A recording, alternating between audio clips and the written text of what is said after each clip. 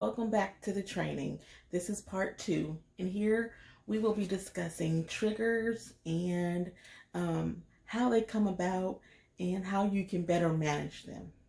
So, we talked a little bit about triggers when given the definition and talked about how triggers come about when you are reminded of a past situation, more so when your body reacts. So, for example, a smell. If you're walking in the grocery store and you walk past someone who has on your dad's favorite cologne, then that smell automatically will make you think about maybe the last time you were with your father and what that experience was like.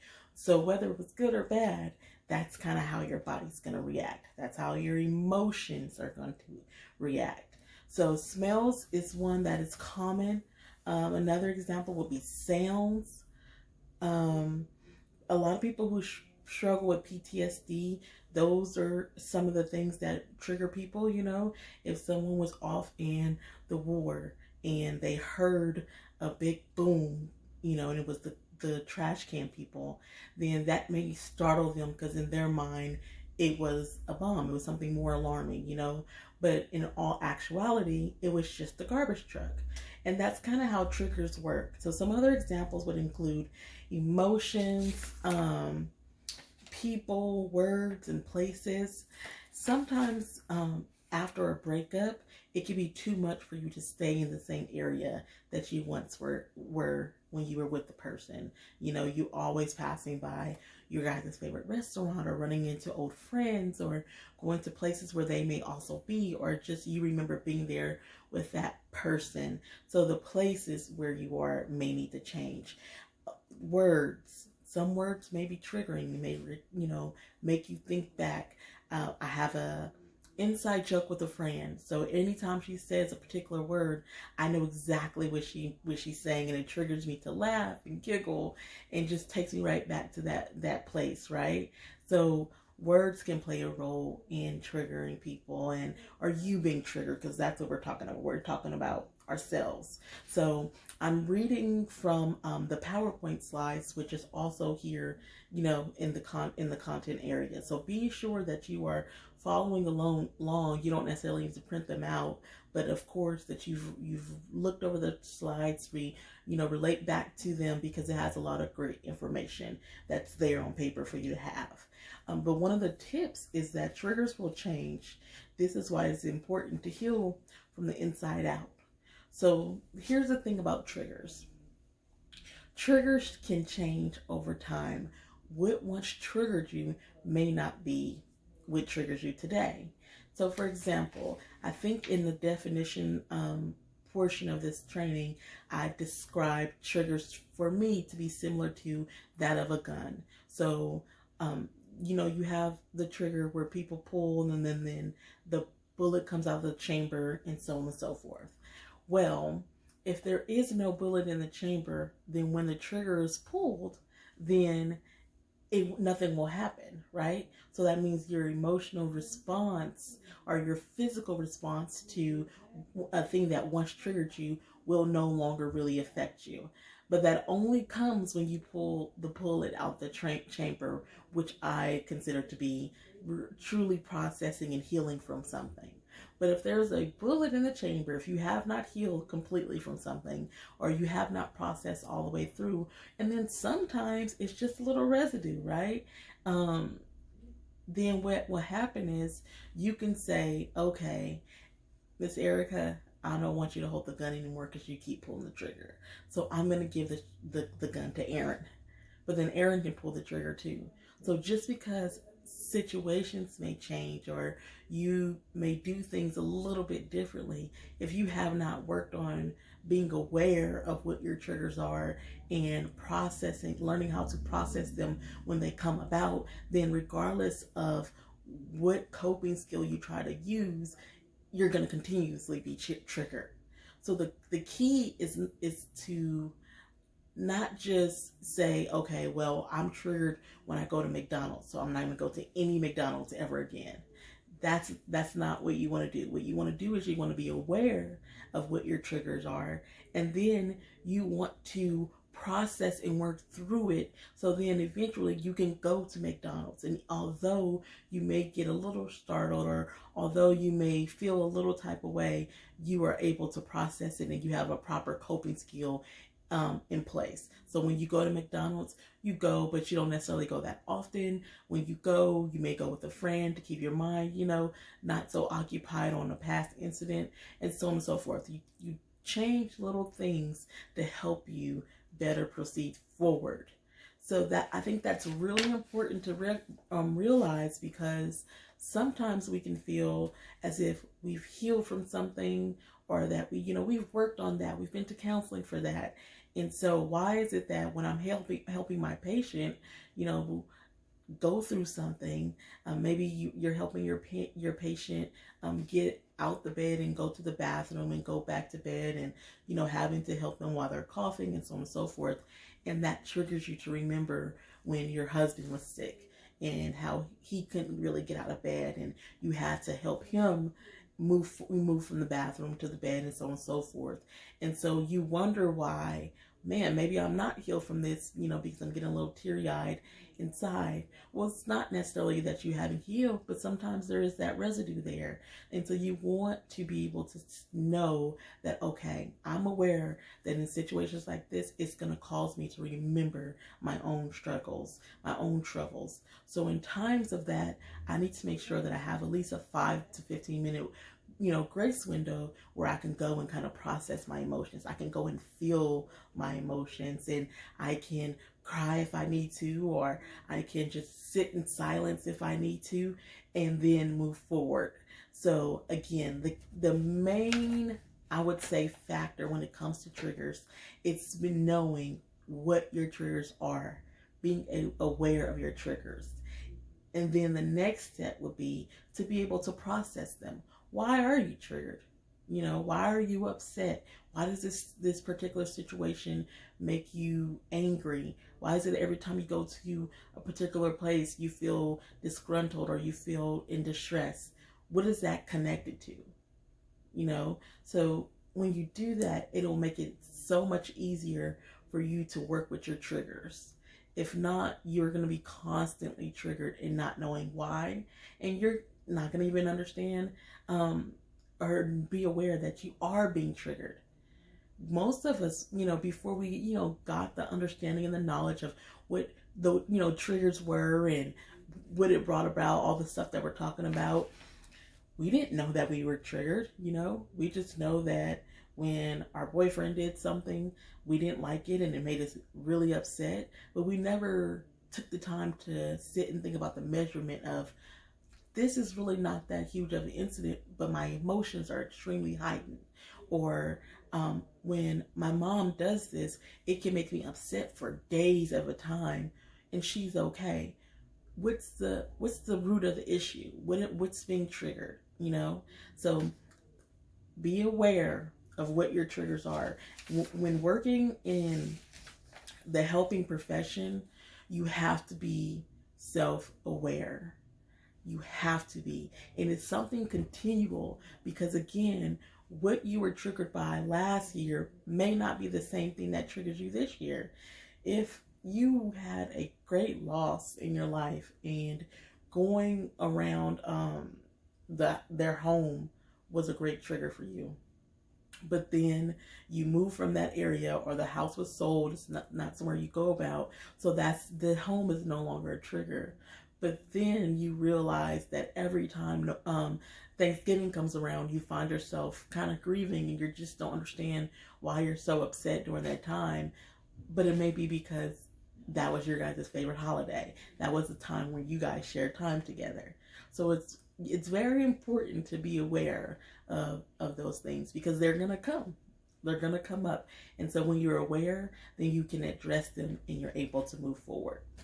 So we're going to move on to processing. So you guys keep hearing me say process. A lot of times people say, let things go, or just deal with it, or get over it. I'm going to tell you now, just letting something go or just getting over something, it really doesn't exist. The deal with it part is the part that you want to take to. And the deal with it part really means to process. When you deal with something, you address it and you process it. So when you address your triggers and you say, okay, something's going on. My emotions are heightened higher than what I think they should be, because we all have emotional reactions to things.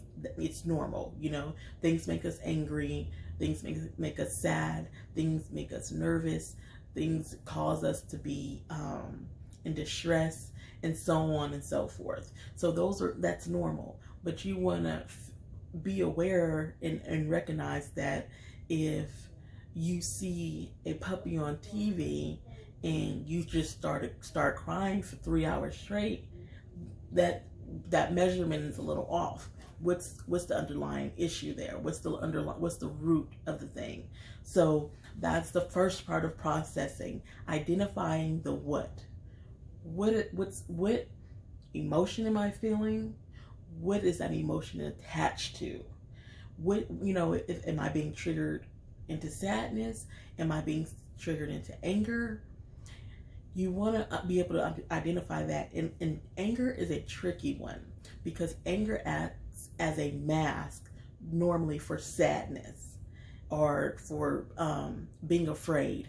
It's easier to be angry. It's empowering. It makes us feel like we're in control versus, you know, being sad and feel like we're subjected to, you know, sorrow because of an event or a person, you know, or because we are, what was the other emotion? I said sadness and afraid, or because we're afraid we can, you know, we're not in control. Nobody wants to say that, right? So we naturally just kind of angers that first one that comes, but you have to pull back those layers. You have to see what really is the emotion that is being triggered. Your second step in processing is going to be when. When is the first time you felt this emotion? You know, what does this remind you of? When you smell that cologne and you smile, you follow that emotion, you say, what's the emotion I'm feeling? And I'm feeling happiness. Then when was the first time you kind of felt that similar, you know, emotion of happiness? Where did that come from? And then doing that, you're backtracking, and that's what's going to lead you to, you know, the time that you were with a friend and you guys were on vacation and having a great time, and it just reminds you of that same smell. Okay, so you got, what's the emotion? When was the first time I remember experiencing that emotion? And on, you know, the opposite end of the spectrum is you feeling anxious. And anxiety is feeling more than one emotion at one time. So you are afraid, you're angry, you're sad, all wrapped in one, right? So when you go to a particular place and you're triggered by something and it's triggering this sense of anxiety or these emotions of anxiety, then it's, again, what are the emotions I'm feeling and where did I first feel that? Was it when my mom left and never came back, and so I've just always been anxious every time someone's left? Is it I grew up in an abusive household, so when I hear screaming and yelling, automatically I'm triggered and I just feel all these emotions rise up? Where did you know, first, where can you remember you first, you know, feeling that emotion? And the last part of the processing is the how. How did you process these things in the past? And how can you process them now? Okay, so now that I know I'm triggered, okay, I'm aware that I'm being triggered and that I'm not just emotionally unstable, but I'm actually having an emotional response to something that is happening or that reminds me of something that has happened. And that emotion is fear. And the first time I can remember ever feeling this fear is when I heard yelling and screaming in the other room and I didn't really know what's going on. So what I did then was I just plugged my ears, or I put my music on really loud, or put my TV on so I can drown out the noise. So this part is extremely important, because in the helping profession, when your job is to constantly help people, whether you are a pastor, or you are a nurse, or you are a case manager, or you are a teacher, or you are a volunteer, an intern, when you are in these roles where every day your job is to aid in someone else becoming the better version of themselves and making sure that their needs are met, it will become extremely difficult for you to do that if you're constantly being triggered by things, and the way that you respond to those triggers is by poor coping skills. So if in the back in the day you went ahead and you drowned out the music, well, that's not too logical. If you're in the middle of your shift and you're triggered, you can't just go and blast music, right? So you want to be aware of, one, how you managed it before, because on the contrary, it could possibly work if back then, instead of drowning it out with music, you would just, leave the house and go for a walk and wait for things to cool down and come back. Then that's a great coping skill. If you're at work and you need a moment and you have someone there with you, you can just say, hey, I just need a moment, I'll be right back in 5 minutes, and you can take a walk and you can come back. You can do that processing. So it works both ways. You want to be aware of, what you're feeling, and when was the last time you remember feeling that emotion, and how did you cope with it? Because it can, one, either be a coping mechanism that can be used now, or it's you need to find a new coping skill. So process.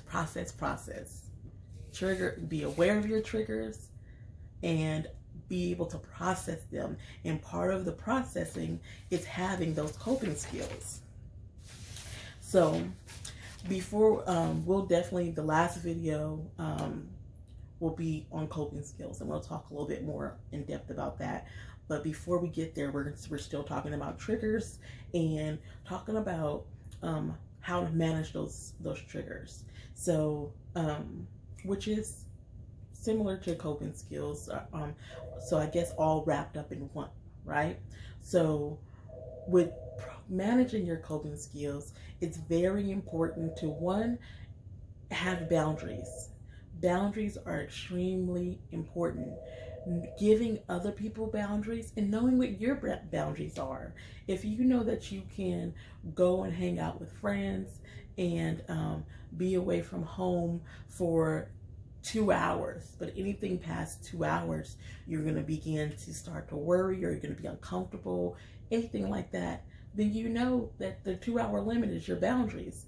More on the professional end, if you know that talking about sexual assault, which is something that you too also experience, then you want to make sure that when you're talking to a person, if you feel like, one, it's too much for you to handle, then you want to be able to refer that client to someone else, because maybe it's not a topic that you can handle until you're finished healing in that area.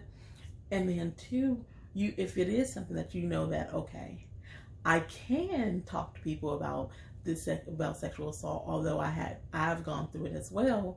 I just know that after I'm done with that person, I need at least 30 minutes to be able to process my own emotions and decompress, right?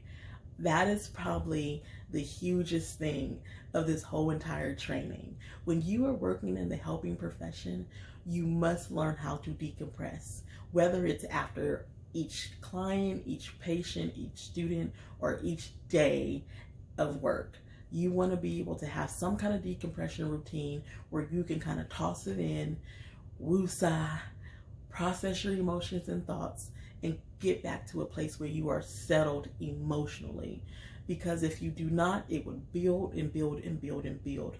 And the way that you can ensure that you have that decompression time is by creating those boundaries, knowing what your limits are, and making sure that you set those boundaries first with yourself and then with your clients. So boundaries are so important when it comes to managing your triggers, because then you can keep from being triggered in a lot of ways. If I know that every time I go to a particular park, I'm triggered because I was bit by a dog there, then I'm not going to go to that park. If there's other parks I can go to, I set boundaries. So when someone says, hey, do you want to meet up at the park so we can go walking? I can say, sure, but this particular park I can't go to. So you set those boundaries so you're not putting yourself in compromising positions. And while you're at work, it's the same way. If you have to switch patients with someone, if you have to take a break, if you have to say, you know what, this is not for me, know what your boundaries are and honor them. So with triggers, make sure that you are aware of your triggers. Make sure that you are able to process your triggers. And if you are interested in seeing what that process looks like, again, you have to refer back to the PowerPoint. It's there for you. You will have it. All the tips and things like that are on the PowerPoint. So after you're done processing, then make sure you set your boundaries. And those things will help you better to manage your triggers, because triggers will come. So let's move on to part 3.